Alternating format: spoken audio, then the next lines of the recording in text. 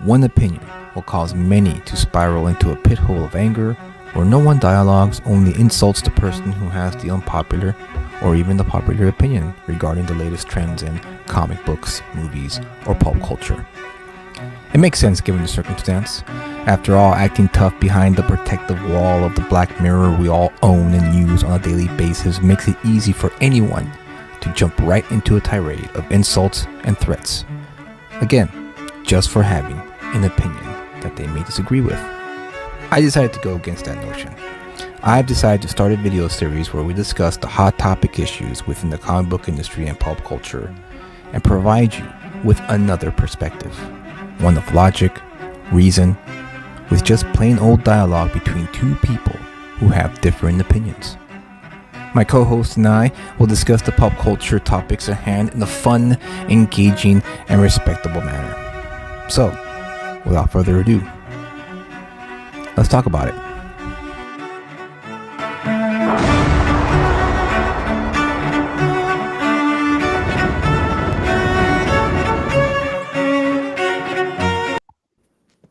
It was an ordinary night during an ordinary jog when Matt Guerra stepped into his destiny.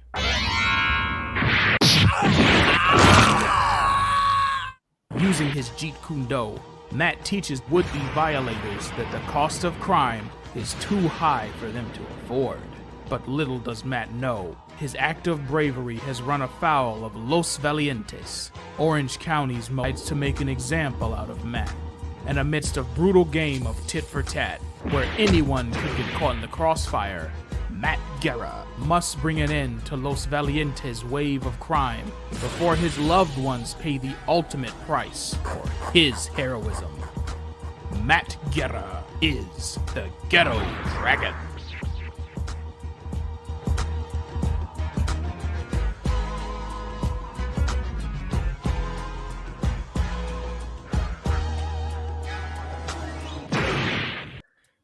All right, welcome back to Let's Talk About It. It's, again, another hiatus, another brief hiatus because, well, Kyle had to go to, Dallas Expo last week. Was it last weekend or 2 weekends? It was 2 weeks ago. 2 weeks ago. And then last week, what happened last week? Why couldn't we do it last week? Father's Day. No, it wasn't Father's Day. You went to Vegas. I went to Vegas. That's right. Yes. I went to Vegas. So I couldn't do the show then. Full transparency, we want to do the show every week, every Friday, but I think it's come to a head that that's not going to happen all the time. It's probably going to be, we're going to try to do this weekly, but there's going to be times where we just won't be able to do it. And a couple months ago, Richard Meyer, your boy Zach, he's a indie comic book writer himself. He made a video on his channel that ask the question, are you a YouTuber with a comic book product or are you a comic book creator with a YouTube channel? And, when he posed that question, it got me thinking. And I was like, well, who am I then? Am I a YouTuber with a product or am I a comic book creator with a YouTube channel? And I decided, you know what? I'm a comic book creator with a YouTube channel. So I'm not going to commit as much time as I would like to my channel. Hopefully, that will change. Not saying that we don't like you guys. Yeah, no, of course. I'm not saying like that. I'm just saying like, in terms of like creating more content, that kind of stuff. It's just, I don't have that much time, but we're back. We're back. For those of you who are already forgotten our names, my name is Julius Freeman, and with me today is Kyle. So, Kyle, like I mentioned earlier, you went to the Dallas, Texas Fan Expo. Yes. Tell us about it. So was it a great time? Was it a bad time? Let us know. It was a lot of fun. It felt like, even though I was only there for 3 days, it felt like I was there for a week because like there was just so much happening every single day. In terms of comparing it to other conventions, I'd say that it's I want to say bigger than all the other conventions I've been to except for WonderCon in terms of size, like space available. I say it's more comparable to that, but in terms of like content and people being there and stuff like that, it's definitely the most that I have ever been to. and especially in the celebrities area. The celebrities and the signing area for the celebrities was like the best organized, the best run, the best like space available for them I have ever seen. It was actually like amazing to see how well it was running. Wow. But for celebrity signings, we'll get into a minute about the comic book and the artist alley area. Yeah. Yeah. But generally, had a lot of fun. Got a bunch of stuff. We'll go over, just a few things that I got because there was a lot that I got. And if you want to see all the things that I got, follow me on my Instagram. I posted everything. Um, but it was a lot of fun. The main things that I wanted to do was to get a lot of comic book signatures and an original art piece. And one of the creators that I wanted to meet was the creator of Danny Phantom and the Fairly Odd Parents. His name's Butch Hartman. And so I was able to commission him a uh, one of a kind sketch. And how I just got that Venom and Green Lantern crossover? Well, I Yeah. want to do another crossover with Danny Phantom, which is what if Doctor Strange was opening up a portal and Danny Phantom was coming out? And so basically, he drew this. And if you could pull it up. Oh, sorry. Hold on. I was giving you so much Oh, time. I had it up, but I didn't know. I didn't know it was gonna be. Hold on. Give me a second. Give me a second. Here it is. There it is. Not So bad. Not bad. Lovely. that was a lot of fun. He was really cool, really fun to meet. Um, I just had a great time talking to him, and just the level of detail that he inputted into this sketch. Yeah. Look at that. The cape. Lovely. Like Yeah, great squiggly lines in the cape.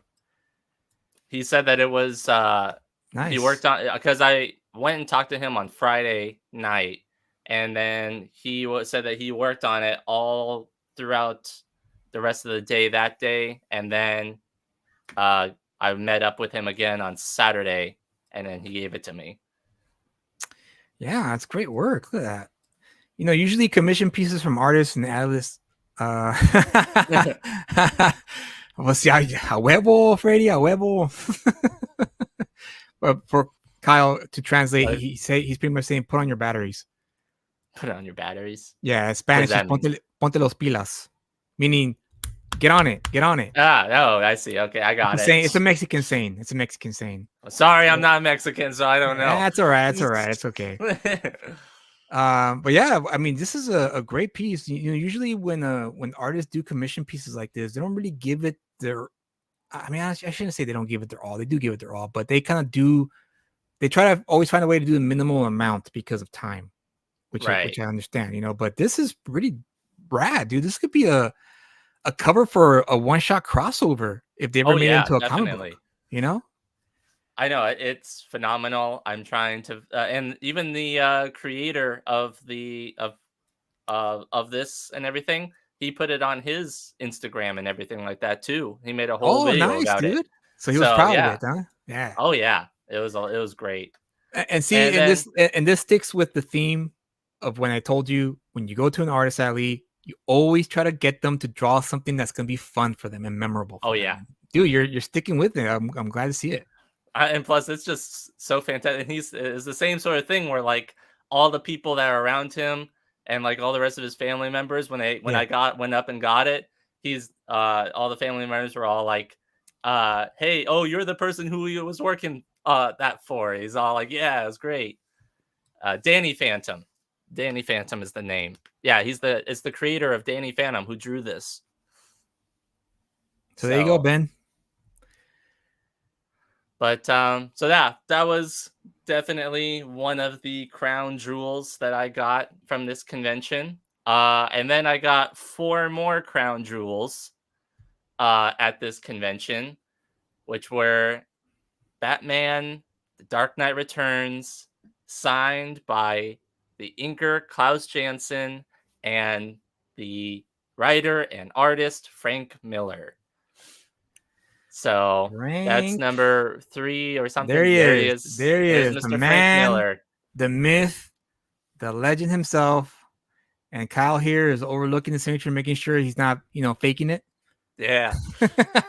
that photo wasn't the best angle of me. I look like I have a really big double chin right there, but it's that's he was you signing. got to do, but see, Kyle, you got to do something that I wish I could have done in my lifetime, and that's meet Frank Miller. Oh yeah. I've been buying at my local comic shop. I've been buying because they have a lot of his issues in the Daredevil section, and so I've been buying them up because I'm curious to see what his work looked like before he reached the peak, or I should say the peak, but before he did Dark Knight Returns, which is the work that everyone goes to when you hear when you hear the name Frank Miller, you think Dark Knight Returns. You don't really think that you Daredevil. either think that Daredevil or his Wolverine. His Wolverine 300, yeah, Sin City. People think of those at first, but Daredevil not so much. So I've been buying the issues. I mean, I shouldn't say that. Not so much. Meaning, like, it's like on the top 5 list, it's like 4 or 5. Everyone goes to Sin City, Dark Knight Returns, that kind of thing. Right. So kudos on you, man, for. You're right, Freddie. You're right, dude. He's like running laps around us, dude. Like, I know this is only like 2 years into collecting comic books, and I'm like standing right next to Frank Miller. But you know what, Freddie? Honestly, Freddie, I think. Okay, I'll give you that. He's the rookie of the year, but you have to remember who's teaching him all this stuff.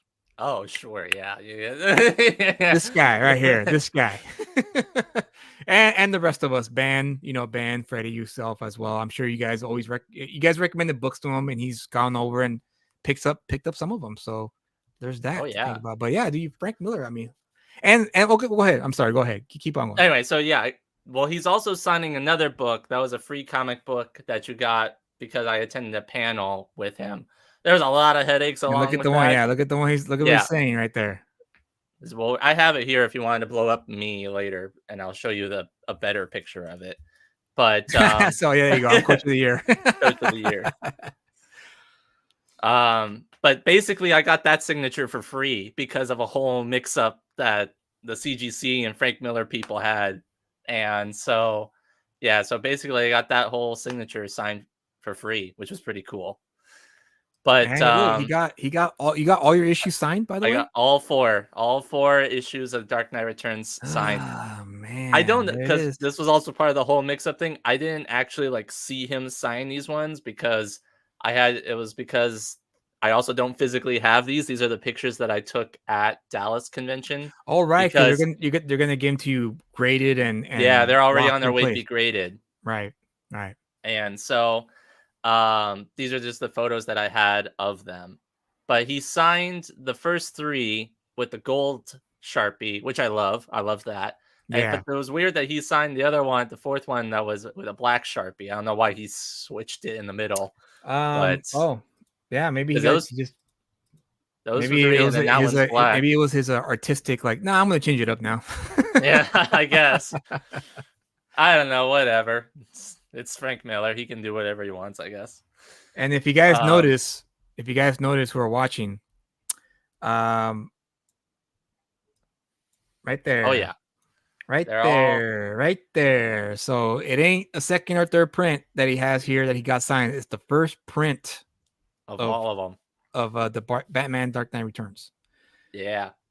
So first printing of all of them. See right here. First prints. So I was holding on to those specifically for the purpose of getting Frank and also Klaus's signature at the same time. That was a headache, by the way, though, because I'll go into a little bit of it. Basically, what happened was there was the CGC people, but they were facilitators for CGC. And then there was Frank Miller specific CGC facilitators. And those two didn't really connect very well of what they wanted to do. And so basically I had to go to the CGC facilitators to get their permission from the Frank Miller people to make sure that they can witness the Klaus signature and then transfer the witnessing of the Klaus signature to the Frank people so that then the Frank people can be the witnesses of both. And That sounds like a took, headache. it was a headache. It was No, that sounds like a migraine headache, actually. and on top of the fact too that they are conveniently on the opposite ends of the convention center. So basically I was traveling back and forth, back and forth, back and forth the entire time. Man.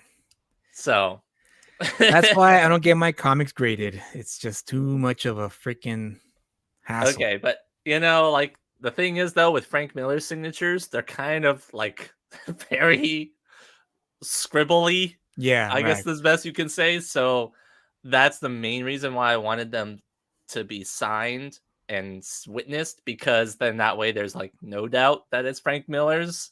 Because you know, there was one I was in Ontario convention. He said that he got a signature signed by Frank Miller and he was getting that submitted, and they rejected his signature because they said that it was not like recognizable fact or even, and that was even witnessed. And so he had to fight them on that. So that's the reason why I wanted them to sign it witnessed. Right. So that way you have to deal with that headache. Yeah, I don't have to deal with it. Dang, man. That's crazy. That's wild. Yeah. So those are the 4, and those were the main ones that I really got. And then if you want to blow up my picture, I can show you that one that he's signing. I got that one. I didn't get that one graded. I just wanted to keep that one. But this one is a new book that he's doing. I think it was a one-shot. I don't know if it's a one-shot or ongoing series.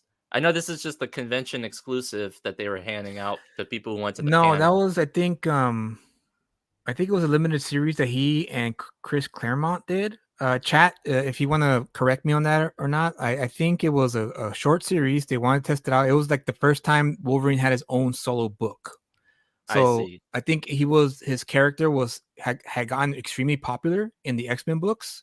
So Marvel decided to do a test run of sorts and do a limited series run of Wolverine by himself. And Frank Miller was the artist and Chris Claremont was the writer. And of course, the series was a huge success. And then they just did a green light. And but it went on to become an ongoing series.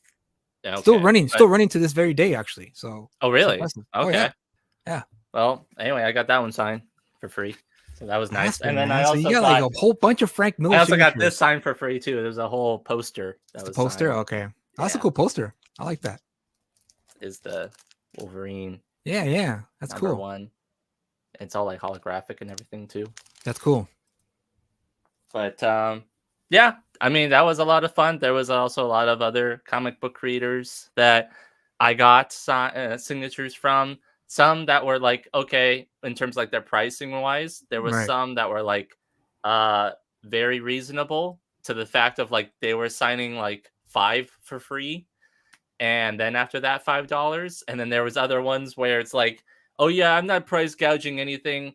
But the one cover that I'm always known for and the one that's very famous for, yeah, I'm signing that one for $25. Just that one. But I'm not price gouging or anything else. Everything else that I did, that's only $10 a signature. But that specific one that everybody wants, and if you want to know what it is, it was the Venom #1. By Sam De La Rosa. Sam De La Rosa. He did a really good signature though, right there. Oh yeah. Oh wow. Okay, there we go. Yeah. Now we're talking. That's a reprint, right? That's not the. No, that's not the. One. No, this is the #1 first print. Oh, okay. Dang. Yeah. Damn. Actually, I picked this up way before I even got into comic books when I was vacationing in Hawaii, of all places. Really? Yeah. So it's actually from Hawaii. So it went from Hawaii to California to Dallas. And then if I ever want to get a grade, I'll go to Florida and then come back. So It's been on a journey. Yeah, it has been for sure, for sure. So But tell us more yeah, about your experiences at the Dallas Expo, other than the signature and the hunting and all that stuff. Did you yeah, what else did you experience there? well, I want to say this convention was definitely more geared towards the celebrities and the fans and experience and stuff like that. There wasn't a whole lot of actual comic book vendors that were Oh, there. okay. There were only just, I want to say, a handful of vendors that were there. Like, there was, from what I gathered, there was a lot of people selling, Golden Age, Silver Age keys, and Hmm. then nobody was selling anything new. Like, within the last, like, I don't know, couple years, at least from 2019, I want to say. Maybe they were in back issue bins and stuff like that, but I never saw anything like really recent. Um, there was a lot of things that were really overpriced too from what they were supposed to be. Oh, Uh, really? Okay. yeah, because like I was looking at the Dark Knight Returns. I was looking to see if I could get maybe a reader set. Oh, right, right. Since I was sending those off to get graded, and I was looking around, and there was like a really really beat up, like really torn apart version of number 3 or 4, and they wanted like $40 for it. Really? Yeah.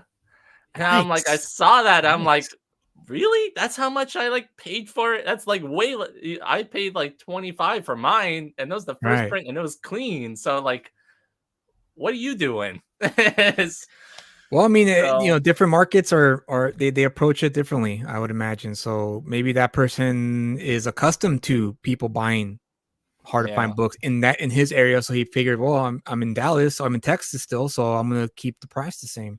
I guess because there was another vendor that was similar in terms of like the comic shop owner that I have, where in terms Oh, of like the right. stuff that he has, Yeah. a lot of older stuff, a lot more key stuff, but he wasn't selling anything for like cheap, I guess you would say, like for a deal. He was pretty much selling everything right exactly what it is for the market. So Ah, it's like yeah, that's what it's worth, but like I mean, I negotiated with him a little bit to get a nicer deal on just a couple books though.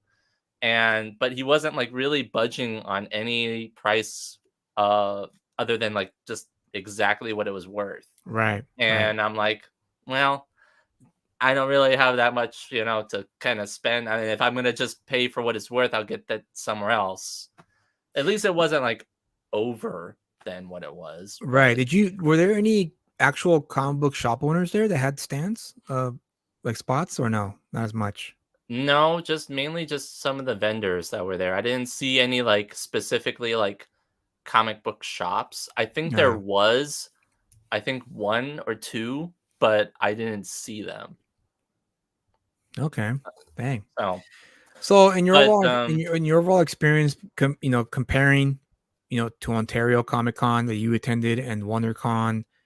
So I'm I guess in conclusion, not conclusion, but it's safe to say that the Dallas Expo is not really a comic book convention. It's more of a convention for, I guess, celebrities to meet their fans, get stuff signed by their fans, and I guess interact with their fans.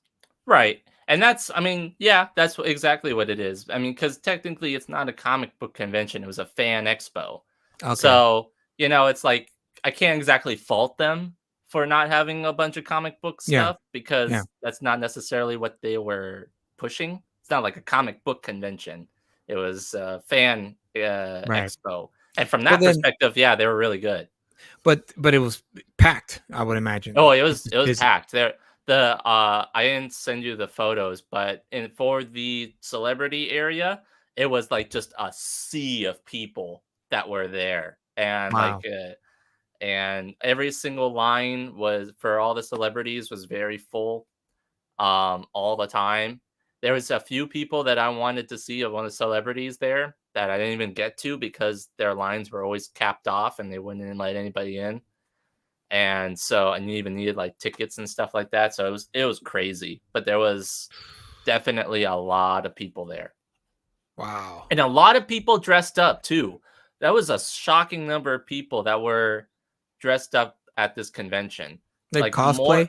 cosplay, a Yeah. lot, like more than I have seen. Like I'd say it's probably more than when I see at WonderCon, and WonderCon's like a really big one too. Yeah. I mean, it used to be. I mean, from what Yeah, you've told me for this year, it wasn't as big as or not as big, but it wasn't as full um as it was the years prior.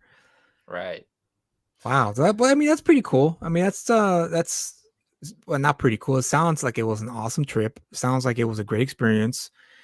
And it's nice to hear that there's at least conventions that I guess give back to the fans. The organizers of this expo probably had this great idea of like, what if we get celebrities to come to our show and fans of theirs can come over and take pictures with them, signatures, interact with them, laugh, joke with them, share stories, whatever the case may Yeah. be. Were there any panels there, or was just Yeah, strictly there was a a lot of lot of panels? panels. There was a bunch of panels with the celebrities.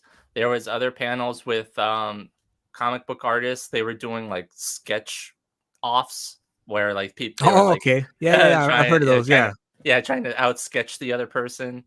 So unfortunately, I never got to get to those because I was Running back running and forth. around, yeah, running back and forth to all getting all this stuff Right. done. Yeah. So that was unfortunate. I would have liked to seen some of those, Right. but Yeah, that would have been fun. That would have been yeah, fun.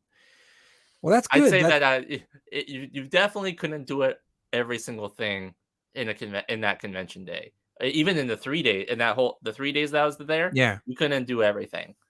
You would have to be there like at least a week. That's why I said it felt like a week because I was running around all the time. Right.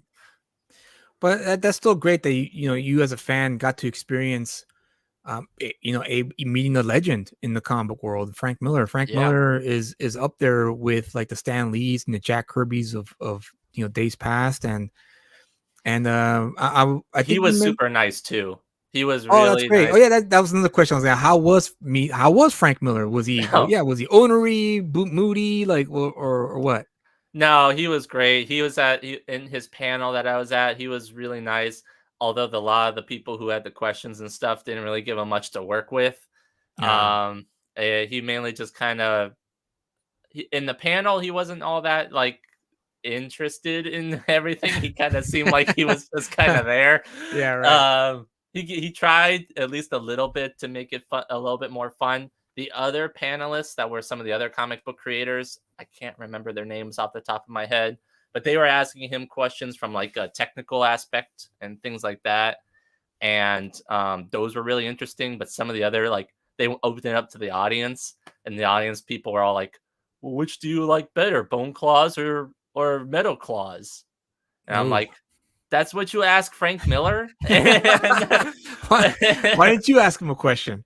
I was busy. I was doing other stuff. I was not other stuff, but I was with my nephew and I was watching him and stuff like Oh, that. I see. Okay. But his answer was like, "Yeah, I just wanted to make them samurai blades." So That I was liked it. it. That was pretty much it. Yeah, but he Nice. was nice in terms of like when he was signing the books and everything. But yeah, It's great to hear. Well, in the case of Frank Miller, an ex-professional, treat their fans with respect and a little bit of love. Not so much love like I love you, Kyle, for buying my book, but right. Yeah, love in terms of like he appreciates the fact that he still has fans. He still has people who love his work even to this day, especially people in your demographic. He's far gone. He's been far gone in terms of putting out more work, new work, and everything. He just right. does covers and commissions now, but the fact that he still gains new fans, especially the fans in your age demographic, that sounds like I would be grateful for that at his age. If I was hitting his age and I still have young people come up to me and tell me, hand me a work I did 20, 30 years ago, Right. and get me to sign in and tell me that this story was such a great Batman story or a great Daredevil story or a great story in general. It's great to see that, which leads to our topic of the show, which is I titled it "Don't Mind Their Outrage Business Model." I wish I could have changed it, but I didn't have time. I ran out of time to change the title. But yeah, I wanted to talk about that very thing because I've noticed for the past few years now that the current professionals, for the most part, not everyone, but for the most part, as I've observed, don't care about their fans, and they go Why? out of their way to pretty much, I guess disenfranchise their fans in a weird way where they kind of say, well, if you don't like what I'm doing, get out of here and do something else. I saw a headline recently of The Boys showrunner pretty much telling the people who have been complaining online about how quote unquote woke it is and everything. Right. Same with And he Star Wars. yeah, him saying, well, if you don't like what I'm doing with the show, don't watch it. And the same thing with the Star Wars Acolyte show. Not so Marvel. much not so much the showrunner, but the actress, the main actress, pretty much telling the fans that they're racist and hateful and bigoted for speaking out about how much they hate the show. Right. And then you have yeah, like you said, the MCU Marvel stuff, Marvel creators and writers, pretty much again telling fans don't read my book. And that's like it's very foreign to me. I don't know if it's foreign to you. I don't know if that makes sense, if that's like something that's normal for you or not. But for me, growing up, reading comics and going to cons myself and meeting some of my favorite creators, the worst experience I ever had, thankfully, wasn't that bad. And even then when I did experience them, I didn't end up hating the creator. In fact, again, I always go back to the well about the ghetto mindset, right? The ghetto, growing up in the ghetto does harden you up a bit in terms of like how people treat you and how you react when people mistreat you or treat you badly. And Brian Azzarello was one who wasn't necessarily rude, but you could tell he didn't want to be there that year. Oh yeah. So Why? So he he's was, just kind of like very quiet. yes, More yes. just Yeah. Yeah. Like sign the book. Here you go. See you later. He didn't want to talk. No small talk. Just move on. And then also Peter. I'm just a signature machine. That's it. Yeah. Yeah. And then Peter If David I was could the other have this one. a rubber stamp, they're just.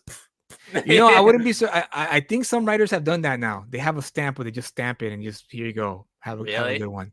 I mean, I would imagine I would if I knew, like, let's just say I became like a quote unquote big time writer, right? And I have a Like a line of Stanley or people. something. Yeah, and I have to sign. Eventually my wrist is gonna start cramping up. So yeah, I think a stamp would just here you go, here you go, and move on. But this trend, it's just so mind boggling to me because I think at this point it's not a little, it's very clear to me that these showrunners, the current, I guess, managers of the corporate owned IPs that we all love and grew up on, Star Wars, the Marvel movies, and so on and so forth. Um, it they don't want us as fans anymore. They're looking for the new generation of people to be their fans because that's who they really want. They want that, I think, 10, 11 to maybe 18, 19 demographic, because those are the generation that eventually will get old, right? And they'll be Right. nostalgic for this, unfortunately, subpar work, and it's going to develop this poor palate, in terms of taste of material work, prime material work. A little bit of everything, Justin. Not specifically the Acolyte, but just the trend of creators and showrunners, both in TV, movies, and comics, pretty much telling fans and readers and viewers to go kick rocks. If you don't like what I'm Right. doing, don't watch the show. And It's just baffling to me though, because yeah, like, me too. well, and that the thing is like, okay, so I mean, are you thinking of it as like them just being egotistical and That's thinking part of it. Yeah. that they're better than everybody else, or are Yeah. you also thinking it from the perspective of like, you know, these people okay, you're always going to have some generational, you know, uh, generational churn, I guess you would say, where like the older generation is going to be moving out of the industry, the new generation is going to be coming in. So Right. obviously, they're going to be targeting more towards stuff that Yeah, they grew up with. of course. So I understand from that perspective of like why things seem differently. But then you also get the criticism of like, well, nothing's new in Hollywood. Everything's a sequel or a prequel or a spin-off of a major franchise. And they can't come up with that's a whole different topic. Well, I mean, it's for me, it's this, okay? Like The Mandalorian, right? The first Yeah. 2 seasons, The Mandalorian, top-notch show. Now, of course, everyone has their little problems with it. We all do, right? Nothing's perfect.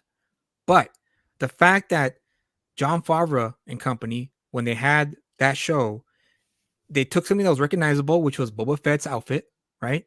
Right.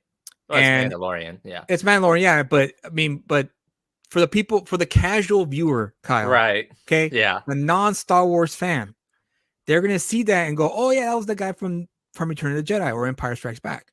Yeah. So that's something recognizable for everyone to know. I'd say the more recognizable thing would be Baby Yoda. Right. And then you have Yeah. Baby Yoda, right? Oh, cool, sweet. Look at that cute little Baby Yoda. Because everyone online called him Baby Yoda, even though that wasn't the character's name.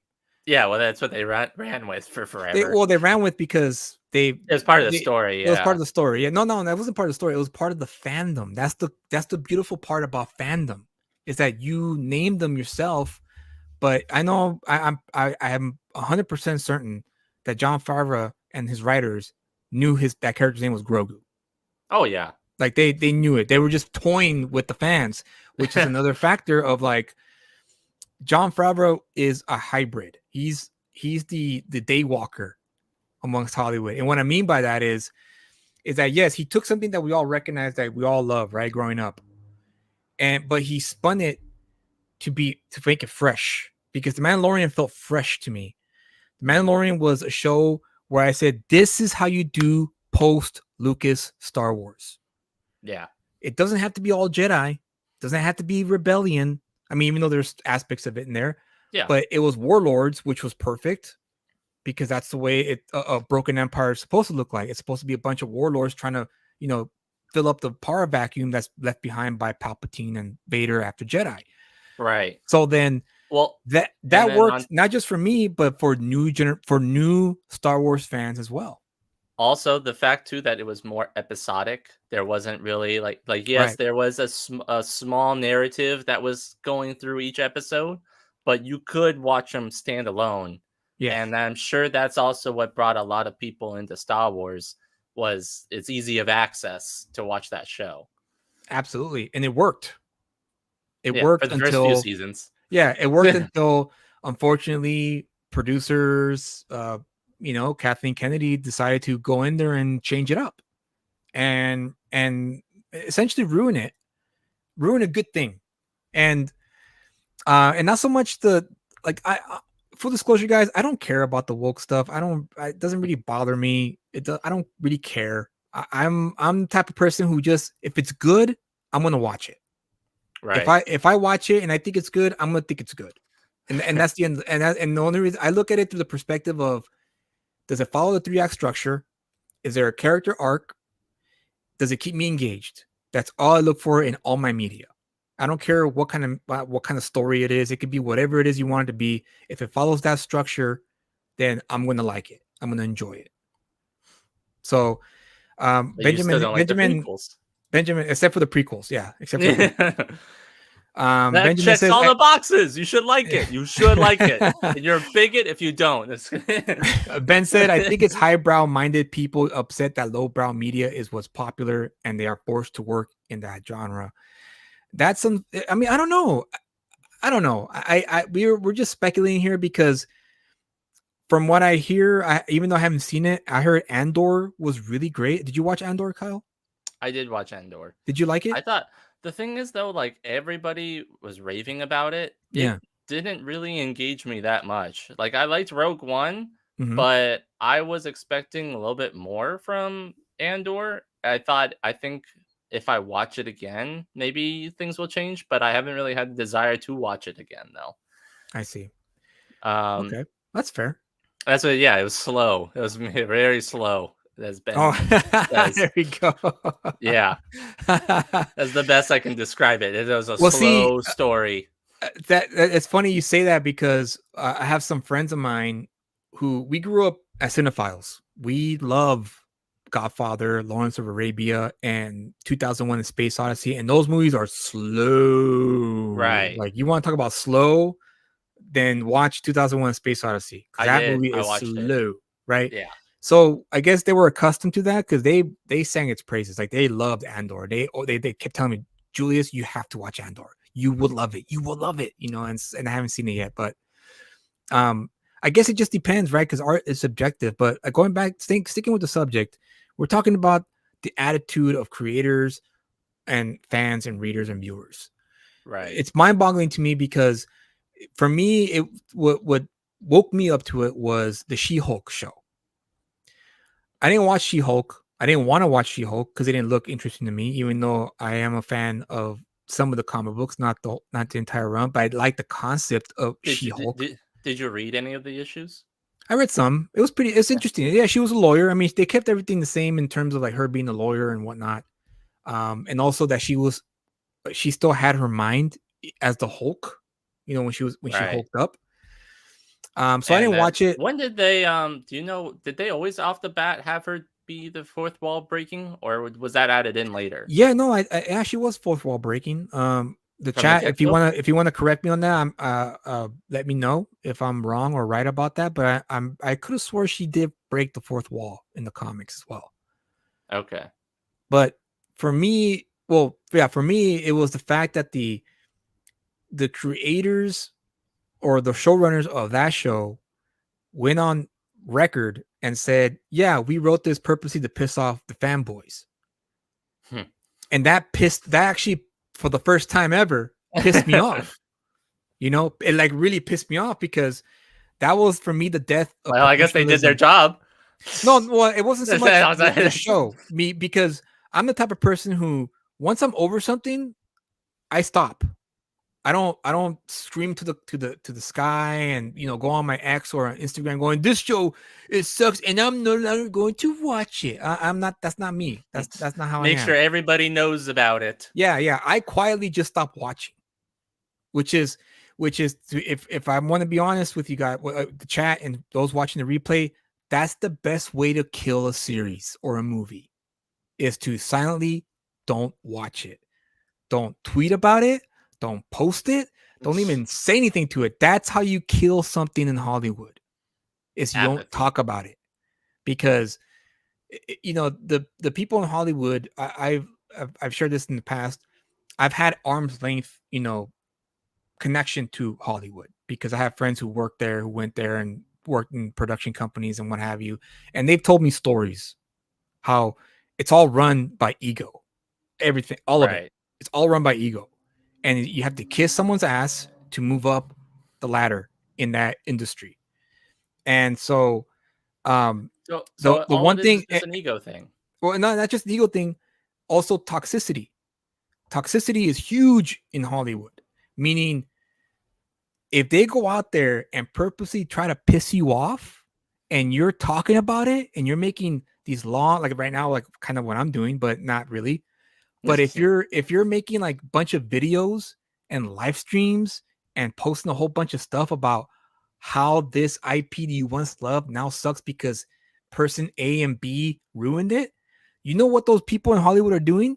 They're laughing and banging their champagne glass together saying, "We did it. We got them talking." Yeah.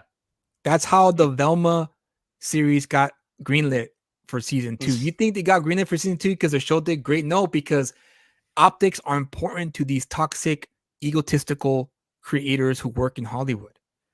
They're talking about it, and that's enough. And it's unfortunate. And so I think me personally, going my conspiratorial mind, the wheels turning here for a bit. Yeah. I think that's a business a marketing strategy amongst Hollywood now, is we're going to go out there and we're going to purposely say these things to stir up the hive nest, so that way it could trend, and we could go to our bosses and go, look, see, it's trending, and their boss is going to be like, wow, well, you know what, we're going to green light you for another season then. Oh, well, you know what, we're gonna green light your next project. Because Hollywood producers, they don't know anything about social media. They're freaking like, I don't know. I think they do know some social media by now. They should. I mean, no, they Kyle, no. You have to remember, these producers are not in their 30s or 20s. They're in their 60s, 70s. Okay, but they have Facebook. All old people have Facebook. That's okay. Facebook, wow, but they don't know anything about X trends or IG virals or anything like that. They know maybe about going viral, but they don't. But I guess my point is that, even in the news, it gets in sometimes news articles about this stuff. You know? Well, there you go. And that's what continues the cycle. But the fact is that I guess my question now to you and to the chat as well, who are listening, watching, is that a good business model to have going forward? Because it's big money right now. Everyone's is cashing in on it. Like, even the people who are like Star Wars Theory, for instance, and the Neurotics, and all the big YouTubers who have the biggest platforms in terms of crapping on the current state of the MCU, DCEU, the Star Wars, on and on it goes, right? Like, they're cashing in. They're like making the big bucks right now because they're committing to just crapping on everything that comes out from Hollywood. So everyone's benefiting from it. Well, that's what I heard about. Like, people are specifically watching those YouTube channels for their reactions on what the show is. Yeah. Like, instead of watching the actual show or movie or something like that, they'd rather not do that and just watch the reactions or the reviews of the internet people, creators. Because for the most part, I would say that they're probably, I would say, they lean towards the truth side. When you're full of shit, right? When you're misinforming people, if you lean a little close to the truth, you can gain as many people as possible to follow you, because you're at least giving them a little bit of it.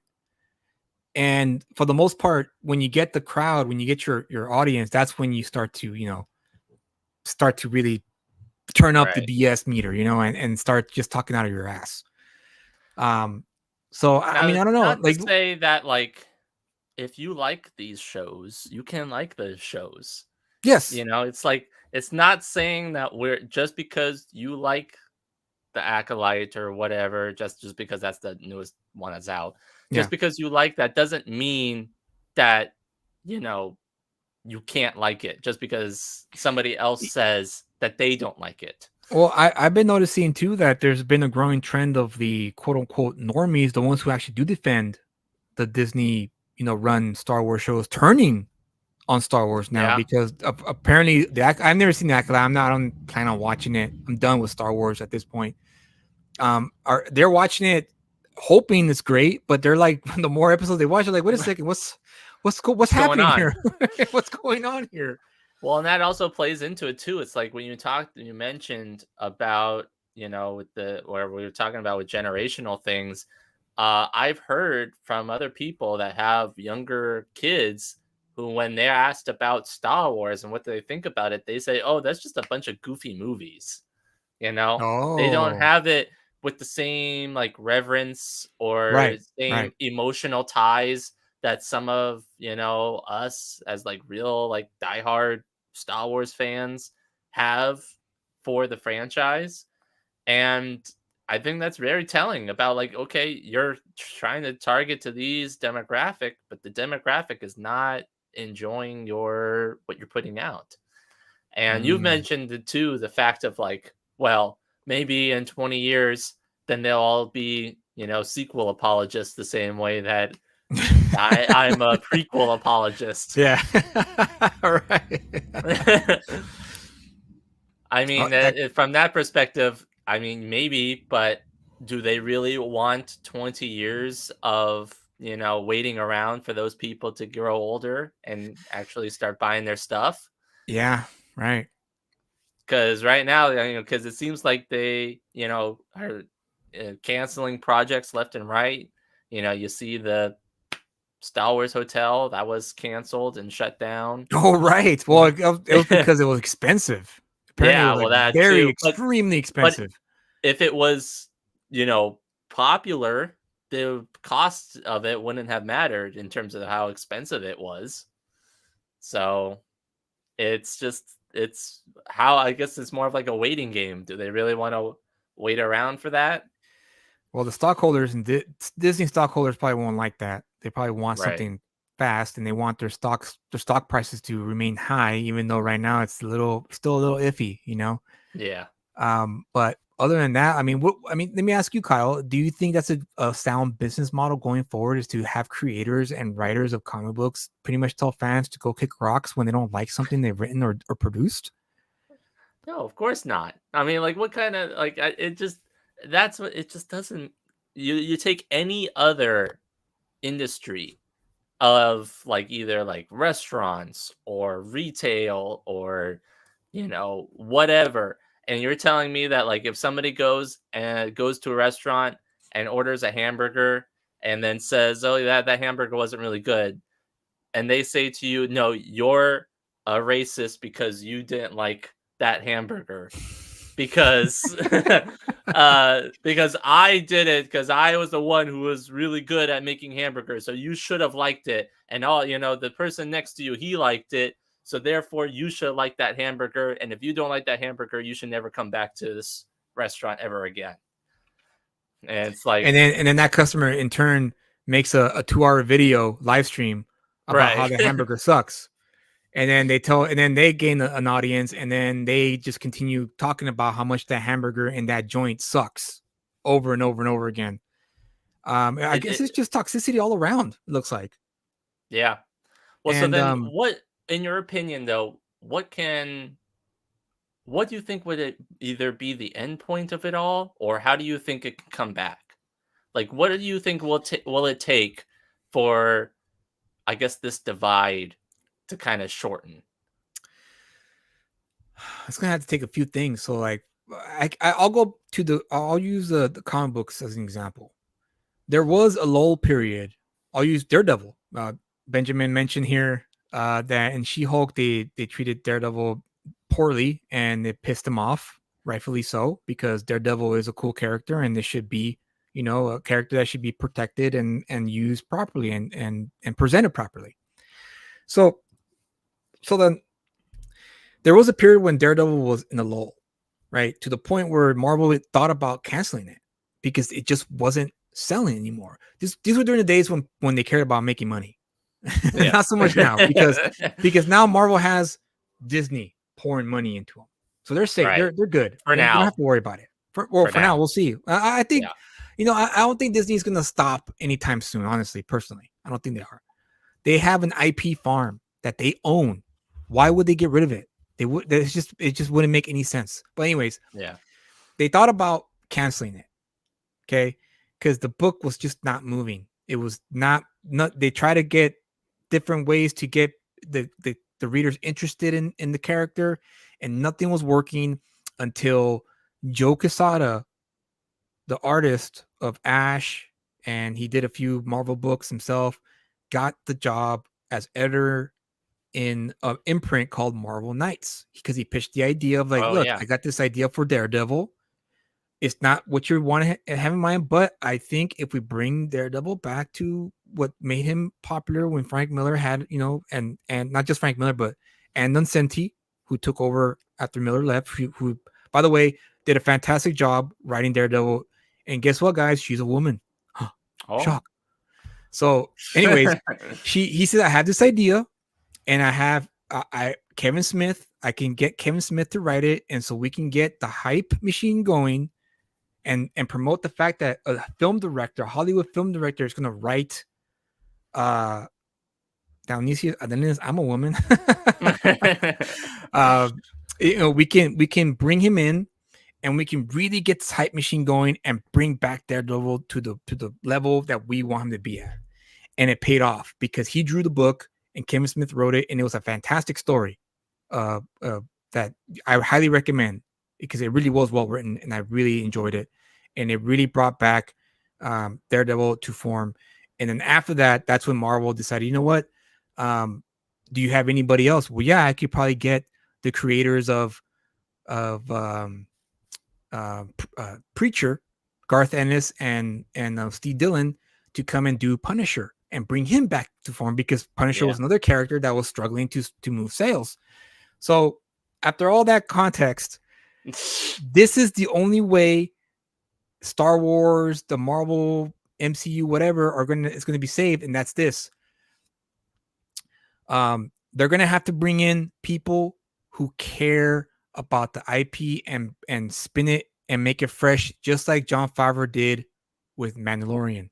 And I'm not saying that Jon Favreau should be, you should hire Jon Favreau and he should take over, Star Wars. No. You should Right. you should take a little risk and make sure the person is professional enough. The reason going back to Competent. She-Hulk, the reason why the She-Hulk thing pissed me off was because it was like you insulted people who can make you a whole bunch of money for the sake of just insulting them. When in reality, what you could have done for a little bit of grace, right, is what you could have done was like, look, guys, we tried something in the first season and it didn't hit. Obviously, it didn't hit. You guys made yourselves known. Right. So please stick with us for the second season, and we will make sure we're going to deliver for the second season. And that's it. That's all they could have done. And I guarantee you, those fans who were pissed off that She-Hulk sucked and they ruined, Daredevil, they messed up the character, they would have been like, okay, I'll give you the second shot. And that's and going back to the comic book thing or the analogy of the comic books, that's why the letters page was so important in the comic book scene. In the end of comic book issues back in the day, because you had readers, writing in saying, I really did enjoy issue 43. It's really, it was really solid and blah, blah, blah. Or, hey, what happened here? You guys were going with the storyline. It was going great. But then all of a sudden you guys did this. What happened? And the editor or the editorial obviously wouldn't do everything that the fans, would suggest or say, because obviously fans don't know what they want as much as they think they do. They don't. Yeah. But well, that's what they could have, hold on, let me finish my thought. Okay. What they could have done is a good editorial team can go, okay, it's not working. Let's steer the ship this way. See where that takes us. And that's it. That's all you have to do. And that's what, to finally answer your question is that's what Disney, because they own Marvel and Disney, and Marvel and Star Wars. And Warner Brothers or Warner Media at this point, that's all they have to do is just, you know what? Forget the toxic fans. Let's listen to the fans who actually do care, and let's see if we can meet a compromise here. Right. Fans, because fan service can really ruin a series sometimes if a person doesn't know how to deliver it well. Right. So, but if you do right, if you told that line, you balance yourself right, you could always write and follow your instinctual, your creative instincts to tell a compelling story. You could always keep a fan base happy for the most part. Yeah. Well, there's a lot to say there. So there's a few points. One about in terms of doing the fan service right and stuff like that and keeping it coherent, I guess you would say.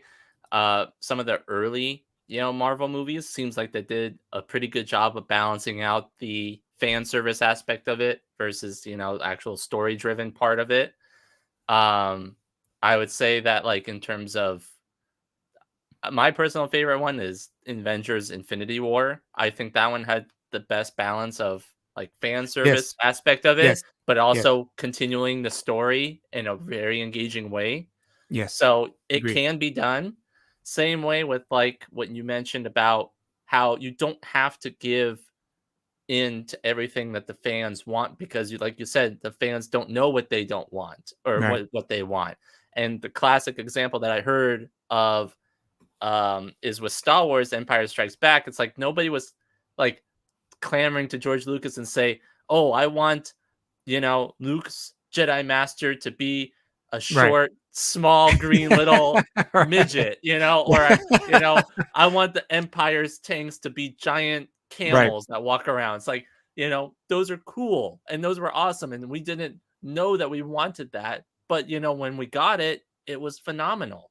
Yeah. So it's not that you have to bend the knee every single time to what the fans want.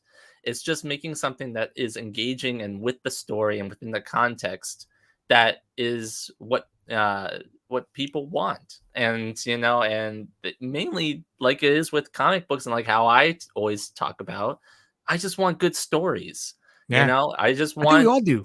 and that's the thing. Yeah, it's everybody just wants a good story that's going to last a while, lifetimes, and that's what happens with Star Wars, at least the original trilogy, and for me the prequels, but not for you. But All for the wrong reasons. yeah, but at least the originals we can agree on are Yes. are masterpieces, and so you have that aspect of it.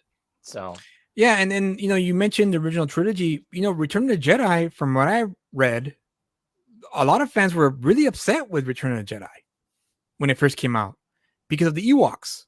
They just Right.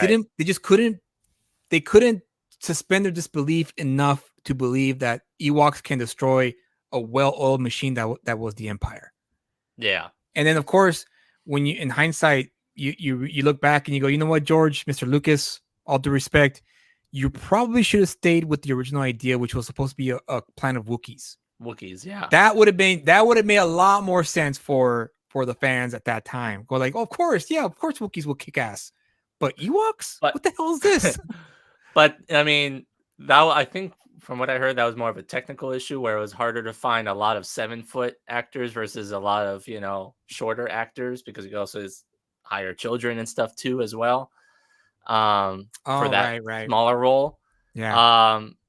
And then I also heard, this is like explaining after the fact and stuff like that, but that was supposed to be like a not an homage, but like a not reference, but like allusion to America and Vietnam in terms Right. of like, Yeah. So I mean, you look at it from that perspective and stuff's like, okay, I can understand it, but when you're watching it, it's still a little goofy. It's a little goofy, but the movie still worked because the fans were still left happy because they got the conclusion of the arc that was Luke Skywalker's story, and of Right. course the rebellion. The rebellion triumphant over the Empire. Right. So yeah, Tom says Ewoks represent the little guy. Yeah, literally and figuratively. But Freddy has a great salt yeah, I guess. Well, they're all busy that would have playing worked. Hey, that would have been so funny if you see a whole bunch of Wookiees playing basketball in the yeah, like in the behind the scenes photos and stuff. Yes. Oh man, but I mean, again, you can't win them all, right? That's the one thing that I learned from an editor years ago, and that is you can't win them all. If the moment you try to do that, you're going to lose every time, because there's always going to be someone who's not going to be happy with what you did, and that's okay. The goal is to write a story, like you said, that's engaging, that's solid, that can be accessible to anyone who decides to one day pick it up. Right. And it may not be like, for instance, like my one example, I'll use myself as an example, was V for Vendetta. When I first picked up V for Vendetta, I thought I was picking up a superhero comic book written by Alan Moore. That was outside of Watchmen, right? Right. But then when I read it, when I started reading, I'm going, what the hell is this crap? This is a guy in a mask in a futuristic dystopian British country. Vigilante. Yeah, a vigilante. I was like, what is this crap? I threw it across the room, and I was gonna throw it away in the trash next morning. But then I had insomnia, and I read it, and when I got past the first chapter, that's when I was like, okay, this is great. I'm digging this, because now because I followed Evie's story. Have you read V for Vendetta yet, Kyle, or no? I've not read the book. I have watched the movie. Okay, so you know the character Evie. Yeah. So Alan Moore did a great job making me care for Evie. And that's what kept me engaged throughout the whole trade paperback when I read it that night. And Did he write that first before Watchmen, or did he write that after? he wrote that before Watchmen. Before Watchmen. He wrote it for a Warrior magazine. It was a comic book magazine that was printed in Britain in the early 80s. That's where it was in black and white. Miracle Man was printed first. Miracle Man was also printed there. And then when he gained success for DC, he brought V for Vendetta with him and let DC publish it. And of course, that also that was part of the downfall between the relationship between Alan Moore and DC Comics. But it's just that's what's gonna have to take for the fractured fandom, because the fandom is fractured. It's done. It's over.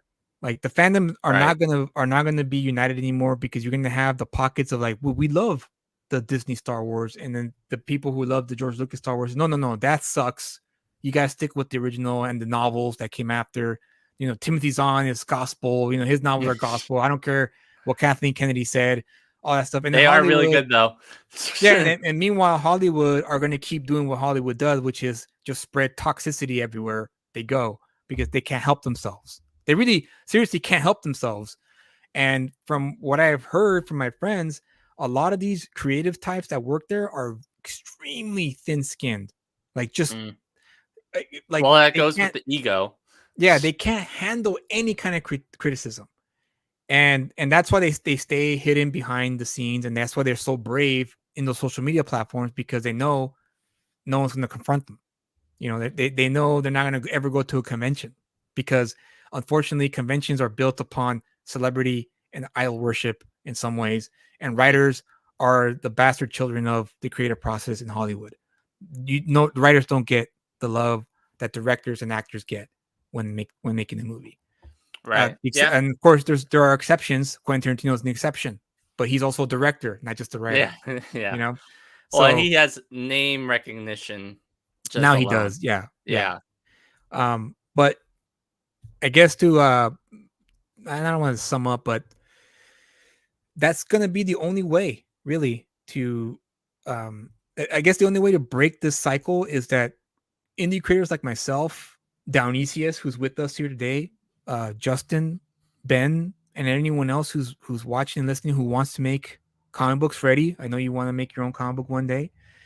Is that we're going to have to be the ones who take the reins and pretty much utilize and practice the skill of professionalism, because that's a lost art today. Professionalism was something that was huge when I was growing up and going to college. That was something they imprinted in you. You have to remain professional. You're going to have people who are going to go to your table or go to your book signing and look you in the eye and tell you sucks. This book sucks. And your role as a writer and creator, at least this is my creative writer teacher said in college, is to smile at the person and go like, I hope I'll win you over on the next book. And take it with stride, and you'll see how quickly you disarm them by doing that. It's all about humility, you know. There you go, right there, Kyle. You hit it right in the head. Humility. Yeah, I think everybody can use an expertise. Thanks, Tome. Except for Tome. No, not him. He doesn't get it.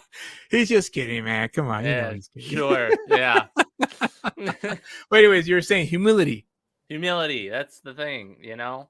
I think everybody should deserve to bring their egos down a little bit more. And, actually both, all the creators of Hollywood and stuff like that, and some of these, Instagram people and YouTube people and stuff like that, they also seem like they are pretty like big of themselves sometimes as well too. Oh yeah. So absolutely. I think everybody can deal with a smidge more humility, and because when you showcase your humility or you humble yourself, that gives you grace. And that's the best thing to get is grace. That's why when I mentioned the She-Hulk thing, they say all you had to do was just say, oh, sorry guys, we tried something for the first season, it didn't work out. Hopefully you stick with us, and we guarantee you that we're going to write you a great season 2. Then you get grace. Some indie creators out there, they're using the exact same tactics that they pretty much got them famous for. Right. Blocking fans, telling fans to go F themselves. When it's like, dude, you built your little empire telling these people to go F themselves, and now that it's turned on you. Shoes on the other foot. Yeah. Oh, how the turntables. Yeah. Now you're like, F you, and you block them. You disparage them. You do the same exact thing. Instead of going, you know what, man, like, I'm sorry, I'm sorry. I'm late on my book, guilty. Yeah. I'm sorry I'm late for my book. I'm sorry that you didn't like the story. I'm sorry, whatever the case may be. And that's when you gain grace. And that's hard. That's hard to do. And I get it, man. I get it. If you're ego driven and the shit talkers are the ones who are always popular. Always. That's why stand-up comedians who are really good at jabbing, when they're on stage, that's why they always gain the most fans, because when you're jib jabbing, right, and you're like hashing out the insults, right, it's like, this guy's good, and you like this individual and you follow them. So I get that, and a lot of YouTubers are like that. They're very good at like blowing out the insults, right? Reading the crowd and working the crowd. and they gain, 1,000 people during the live stream, 2,000 people, 3,000 people when they live stream, because they're very good at being funny when they insult the whatever IP they're crapping on. But at some point, which is why I have respect for, I'm gonna name drop here, Eric July, was because he built his little empire doing that, but he put his money where his mouth is, and he made his own comic book. Now, ISOM #1 is not good. Yeah, we did a review on it. Yeah, ISOM 2, I haven't read it because I don't want to read it because ISOM 1 didn't hook me. But the fact that he's still going, the fact that he's still pushing, the fact that he's still trying to gain his foothold on the industry, the comic book industry, I have to commend him for that. Because he's no longer relying on like, hey, watch my show and I'm going to crap on this. I mean, he still does it, but now he has a product to sell you. But unfortunately, I've seen him interact with people who gave him fair critiques, and he went ahead and called them weirdos. And it's like, dude, he didn't attack you. He just pointed out something that most readers do, like you did when you used to review DC books on your channel, and now you're calling them weirdos. It's like, come on, man. But that's not here or there. Yeah, I think that goes into it as well of like, you can be critical of something like that without having to just say, oh, you suck because it sucks. And that's kind of like what we try to do whenever we review any books. It's like, we're not just going in and say, oh, it sucks because it sucks. It's like, no, we didn't like it because of X, Y, and Z reasons. Right. It's too slow. It's not hitting the marks. The character arc is not developed right. One issue, one page, the character's doing this, and the second page he's doing something totally different. Like, it's just things that we need to break down and point out. And it comes from the perspective of like, well, we want you to be better. We want it so that it could be the best possible version that it could be. And I know it's understandable, when creators, when they put their heart and soul into something and somebody comes to them and says, well, this didn't work, or this didn't work, or I didn't like this and stuff like that. I'm sure it's hard for people to take those types of criticisms. Oh, yeah. So that's the reason. It's why it's like, it's a two-way street. It's like, yeah, I'm giving it, these criticisms, but it's coming from the perspective of like, I want it to be better. And the same way, it's like, okay, I understand what you're saying, but I also put a lot of effort into it. And okay, I see what you're saying. I'll try to, give and take, Yeah, absolutely. Tom says, I have a show where I crap on one person. Starts next week and involves guests from Kyle's past. I have Kyle's first grade teacher book. Stay tuned. Wow. Well, and yeah, that's that was the that's what I wanted to talk about this week, because I've just been seeing headline after headline of that, and it's one of those things where, they're left and then they're left wondering, why isn't the show popular? And it's like, dude, you went out of your way to insult an entire fan base. Like, it reminds me of that Michael Jordan story. I don't know if you know about it or not. There's a lot of Michael Jordan stories. Okay, well, which one are you talking about? no, I'm sorry. The one where a group in North Carolina wanted him to endorse a candidate that was running for Senate in North Carolina. He was a Democrat. Yes. And also, you know the story then. I heard of the story. You told me. Okay, yeah. And so the story goes that they reached out to Michael Jordan during his peak, when he was the superstar of the NBA. And they wanted him to endorse this Democratic senator who was running against this Republican senator who was senator for like who knows how many years. And he refused. He said no. And of course, the group was like, how could you not? And so Michael Jordan's answer was kind of pitch perfect, because he understood it from a perspective of a business, right? He said Republicans buy sneakers too. Right. So his thing was like, the reason why I respect that is because Michael Jordan knew his role. He knew his place. He's like, dude, I'm a basketball player. Yeah. Like, my job is to sneakers. My job is to go to the gym and practice with my team and play games at a professional level and sell my shoes to my fans. Like, I'm not in this because they like basketball. Yeah, because they like basketball. Exactly. I didn't join basketball to be political.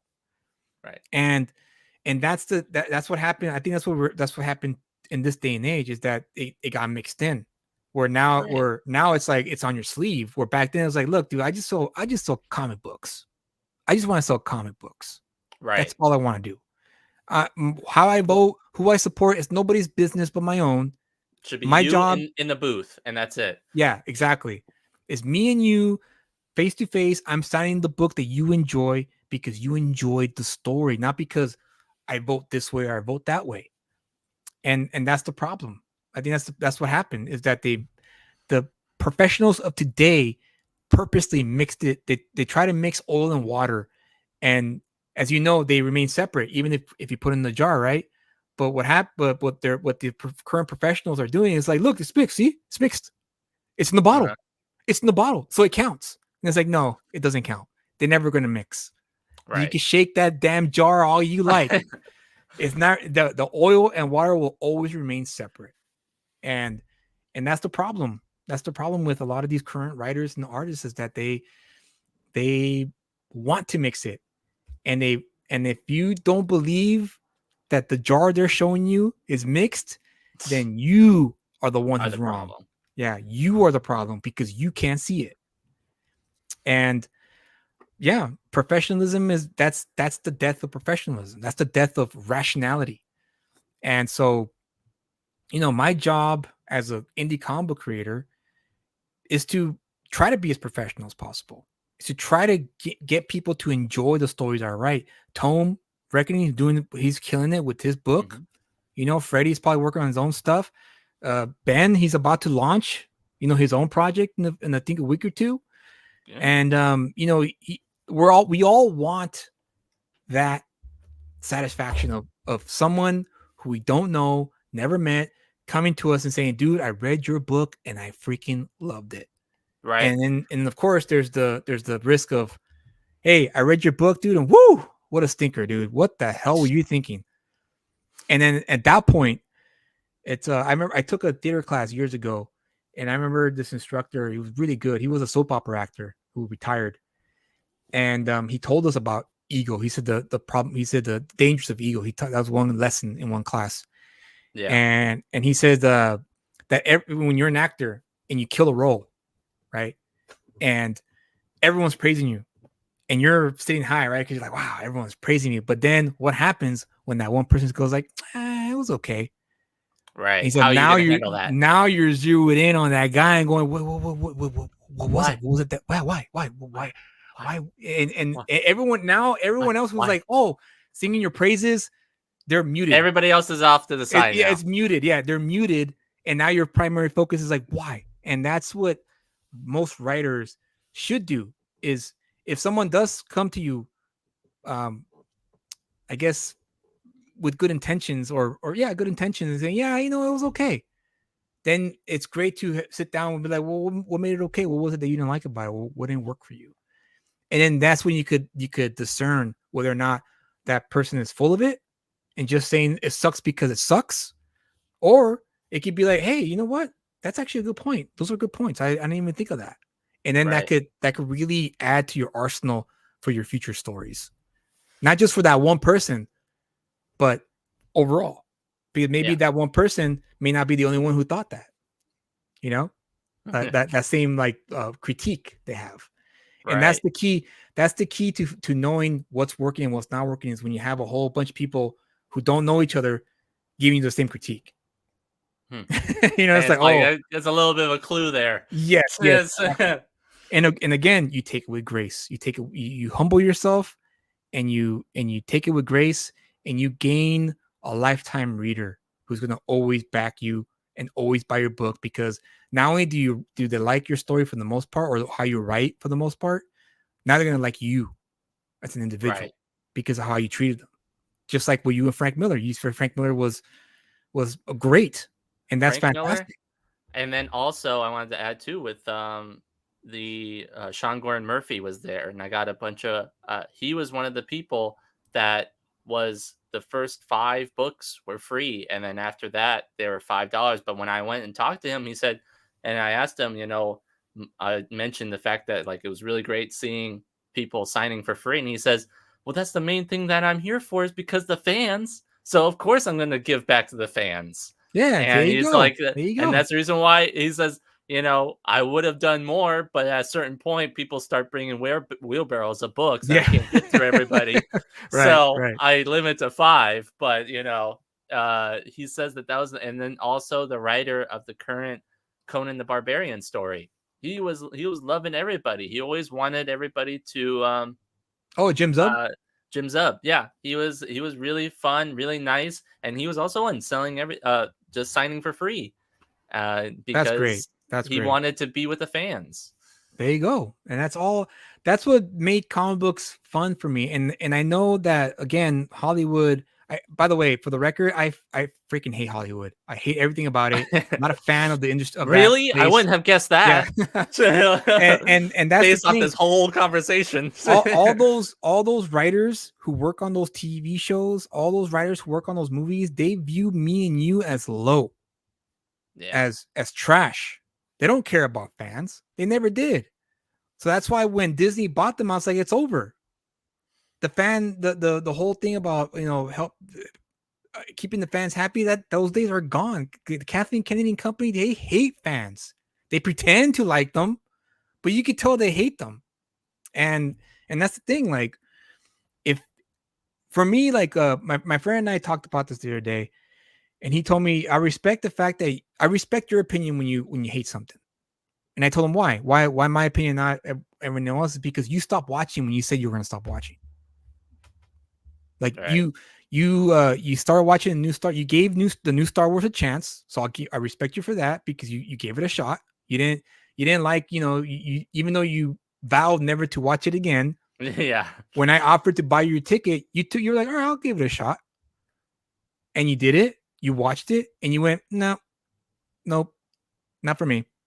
Right. And he's like, I respect that. I respect that you at least gave it a shot and didn't just crap on it for the sake of crapping on it. And that's the thing. Like, I wanted to like the new Star Wars movies. I wanted to buy all the stuff, but it just didn't do it for me. And the same thing for comic books. When I go to the comic book shop on Wednesdays, or whenever I do go, and I look at that wall, it's all bland. Everything looks the same. We talk about that because we go every now and again together, and we look at the stuff on the wall, and sometimes we'll both get the same book, and then we'll read it, and then we're both like, well, sometimes I like it, sometimes he likes it, right? And then sometimes it's like, I mean, he usually drops off faster than I drop off. I usually give it a few more times, but then after that, I'm done too. Yeah, and then when someone like me, right, says something, says, "Hey, maybe I go to an editor or something," and they go, "Hey, man, like, what's going on with your books? Like, it's all this is not good, falling short, blah blah blah," and they'll go right ahead and look me in the eye and go like, "Stop! Then don't buy our books." Yeah. And they're like, "Oh, get out of here! Then we don't want you." And it's like, well, dude, then. But then, All then I right. remember, I know why, because you have Disney money, and you're not worried about your job, because Disney's going to keep pumping money into you because they invested a lot in Marvel company. They bought it for like $2 billion. Oh yeah. So they want their money back. And so it's a prime opportunity for a lot of indie creators to really, I guess, fill up that power vacuum left behind by And Marvel. market. And market that there is being left behind by Marvel and DC Comics. When you see And that, a lot more people are going more indie, more like image yeah, books and more stuff like yeah. that too. And it's also going Although, to take a lot of we have to learn how to be our own hype machines too, because that's what's missing in the indie market is the hype machine. 4 billion. Oh, my mistake. 4 billion. They bought it for $4 billion. So my mistake there. So they that's going to be part of the problem, not the problem, but the major obstacle for a lot of indie comic book creators like myself is that we're going to have to convince the loyal Marvel and DC comic book readers to check out our stuff. And unfortunately, but I guess at the same time, it's also fortunate. We have to up our game, because a lot of those readers, they will always, and never fails, they will always compare your book to a Marvel or DC book. And if it's not up to par to what they're accustomed to, they're never going to buy your book. Never. But if you can find, I'm speaking for, for the writers, because I'm not an artist. If you can find an artist that you can hold on to and keep, and can really provide you with that kind of style, unless like, you're a Tome and you draw your own stuff, or Ben or Justin. But if someone like me who doesn't know how to draw, I have to hire artists to draw my stories, you have to find that artist and you have to stick with that artist and make sure you give them the best damn story possible, so that way they can make you look good and make themselves look good. And the Marvel and DC loyalists who are accustomed to their books will look at yours and be like, "Oh, what's this? This is pretty cool looking. This was like something out of a Marvel book. I'm going to check this one out." And that's how you gain. That's going to be the biggest obstacle. And that's where the skill of professionalism will have to play in part as well, is getting accustomed and getting used to people telling you your book sucks, right? And how you handle yourself and how you respond, it's going to either going to make or break you. We don't have a big corporate machine backing us, so we can't tell the fans to go F yourself, right? Go F yourself. Don't buy my book then. Then it's like, well, you're losing out on you're losing out on a potential. You're losing out on a potential sale anyway, because if you come with humility, then they might change their mind and be like, "Oh, that's actually kind of nice, man. Like, you really like. Actually I wasn't expecting that. I wasn't expecting that reaction. So you know what, man? I'll buy your book, dude. I'll buy it." That kind of goes into our discussion. I think it was last video or video before, of like, how your attitude, affects people's sales. It's like when you ask, we ask the question, would you buy a book from a terrible person, even though it was really good, or would you buy a subpar book from a really nice person? Right. And it always leans to, you know what, this person was nice. I was kind of a dick, and this person really like showed me some grace. I'll buy his book. Screw it. I don't care. Freddie says, I think branding and recognition will be a big contributor to luring Marvel and DC fans. Absolutely, 100%, for sure. Because plus, it's not like it's impossible for indie creators to create a huge franchise. I mean, obviously, you look at the big examples of like Turtles and Invincible and Walking Dead and stuff like that. They all turned into multi-billion-dollar franchises because they started off as an indie book. Absolutely. And so it's possible. It's available. It's possible. And also Robert Kirkman, I'm pretty sure, was extremely professional when he did have some of those fans going, why is Walking Dead in black and white? When are you gonna do it in color? Right. And then maybe his reaction was like, well, dude, I mean, it's the aesthetic choice. It was a creative choice. I purposely chose it to be in black and white because of A, B, and C. And maybe that reader would be like, oh, okay, all right, cool. You know, wow, that was a nice reaction. Okay, I'll buy. Give me 2 trade paperbacks. Who knows? I mean, I'm just Best case scenario. Yeah, I'm speculating here, but yeah, that's the only way the trend can turn around. Is another big factor too we didn't mention is consuming. The people who consume it. What are you consuming it for? Is it because you want to feel justified at your anger, and that's why you listen to these YouTubers? At one point, do you stop and start to go, wait, maybe I should look for something else? At what point? Because at this point, Disney ain't going to change. Yeah. They're not going to change at this point.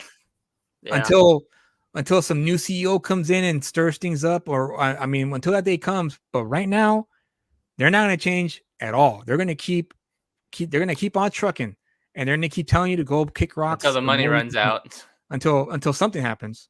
Yeah. So at what point do you stop listening to I call them hate grifters, not hate in terms of like bigotry, but hate like haters, right?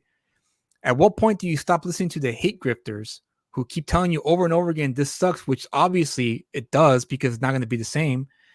And when do you start looking for other properties to invest in terms of time and money?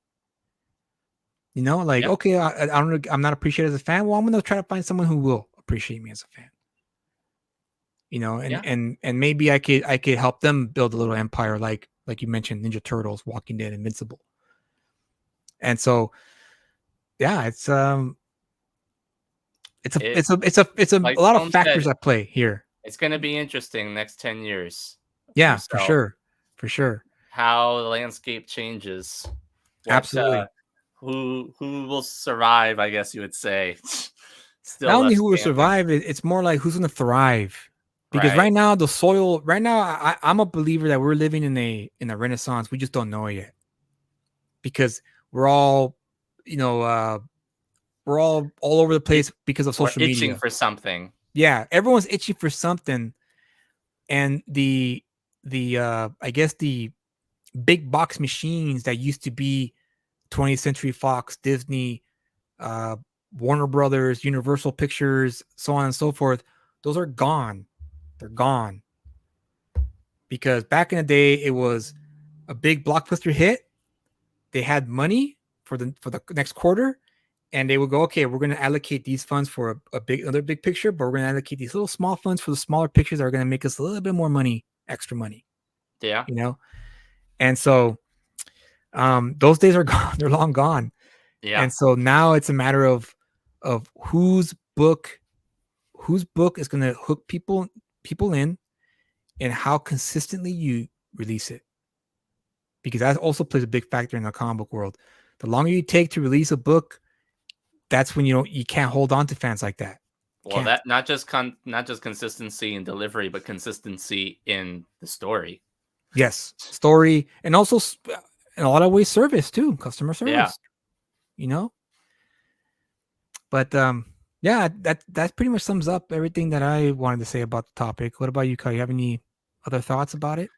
I don't think so. I think we covered a lot of bases. There's a lot of stuff. I mean, this isn't like a easy topic that you can just like get through in a night. Right, this is a lot of stuff that goes on with this topic. But we wanted to at least have some points that you can think on. Think about what we were talking about being a little bit more humble. About being consistent with your stuff, maybe trying not to always just hate on everything, giving stuff their chances. I think everybody, as long as we're still doing that and treating people like human beings, and not just names with attitudes, I guess you would say. Right. I think we'll be a better spot. Absolutely. And it's already, people are already falling off. Like Furiosa didn't do well at the box office Yeah. because I watched it though. It wasn't bad. It wasn't I necessarily think great. I think it's because I mean, who knows at this point why it didn't do well? But Bad Boys, that was it. This is the third movie or the fourth movie? Fourth, I think. Yeah, the fourth. It did bonkers at the box office. Like it was like a crazy amount of money they made. So it was like, okay, well, what's going on here? What happened Right. here? And I think it's because maybe they had the main characters in the fourth movie. they didn't call it Bad Girls and recast Will Smith and Martin Lawrence with Right. female actors to play the role.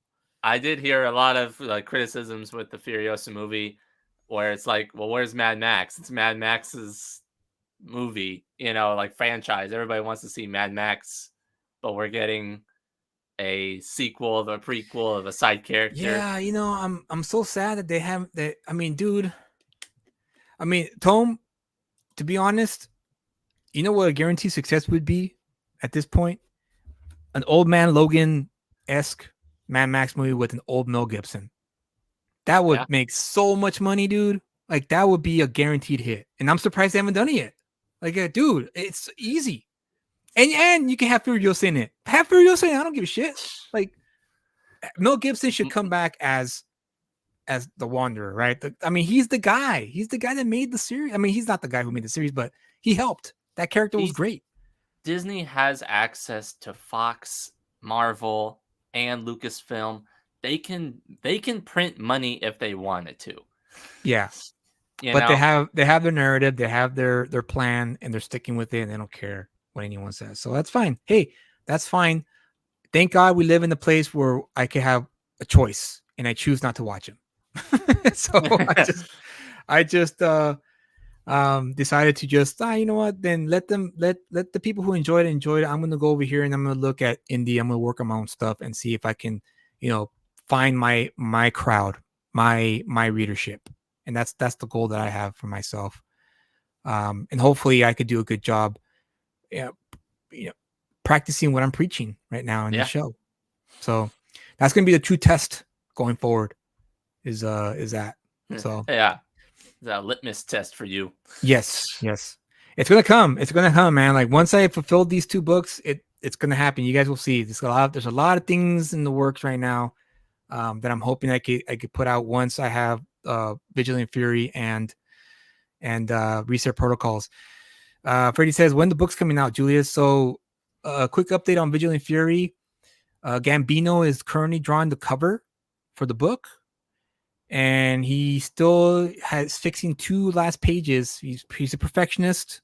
I'm not a fan of it, but I can't stop him. He's in New Jersey. I'm in California, so I can't go to his house and go, give me those damn pages, damn it.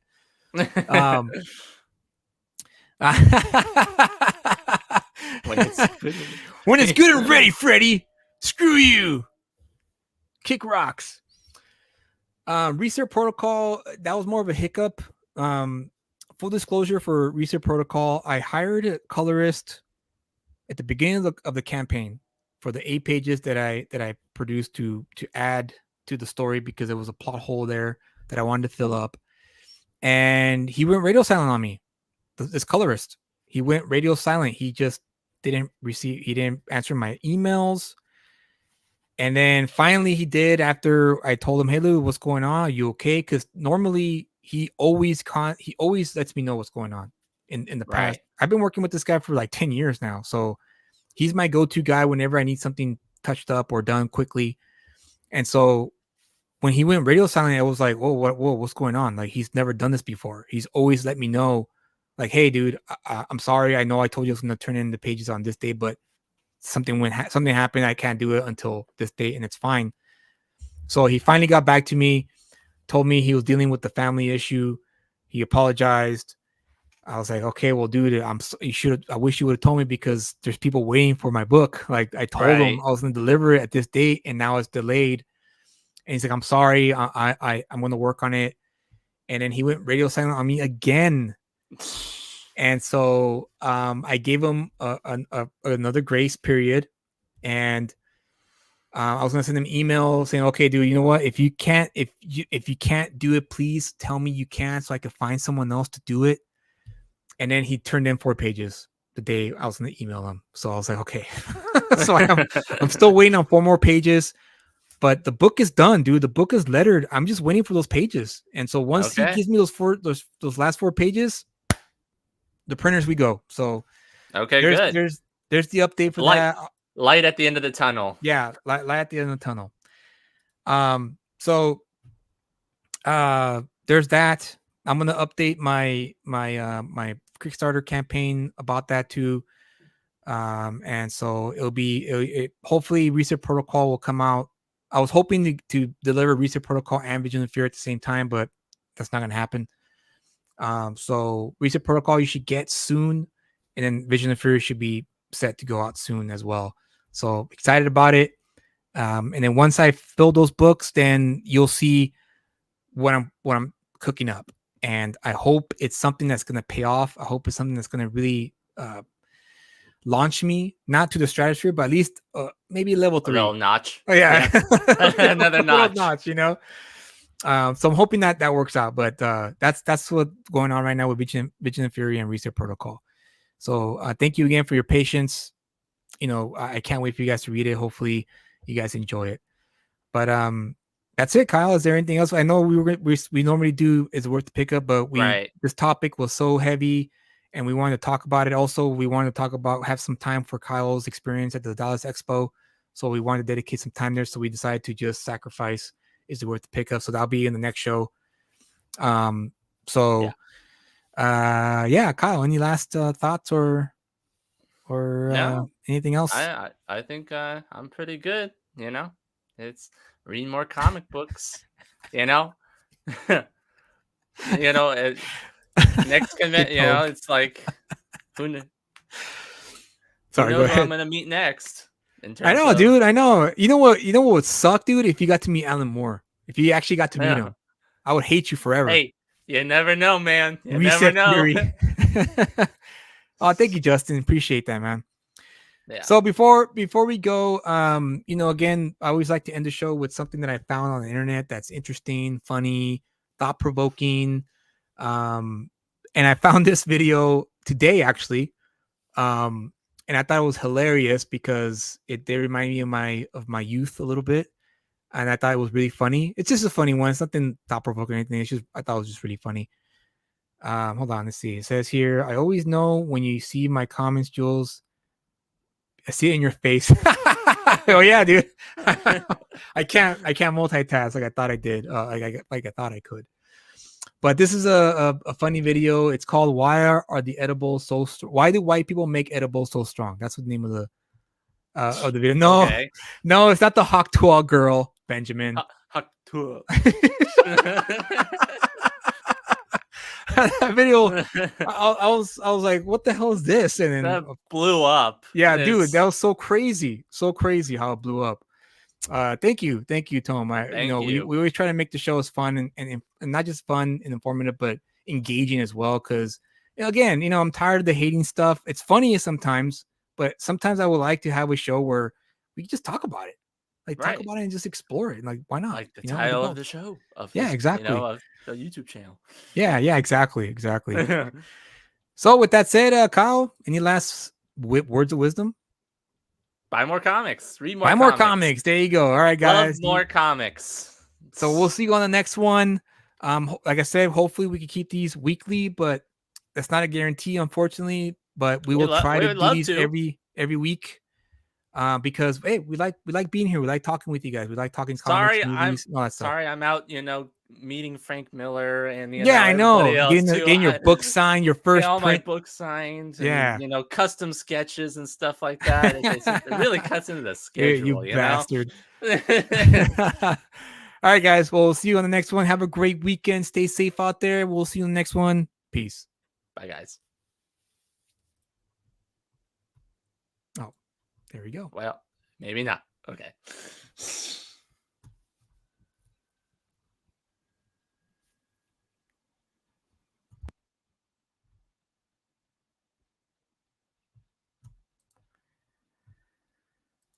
Ah, dang it. There's no volume. There's no volume. I'm sorry, guys. Man, nothing. You can get Let's try this nothing again. right. We're doing it live. We'll do it Do it. live. All right, we're doing it live. All right, We're we'll doing it go. live. We're doing it Do live. it now. Okay, hold on. Let me see. Or maybe not, because hang on, I gotta update That's the what AI happened. software. I chose the wrong screen. That's what happened. Dude. Oh, I gotta update the AI software. Hang on. Yeah, I know. Here we go.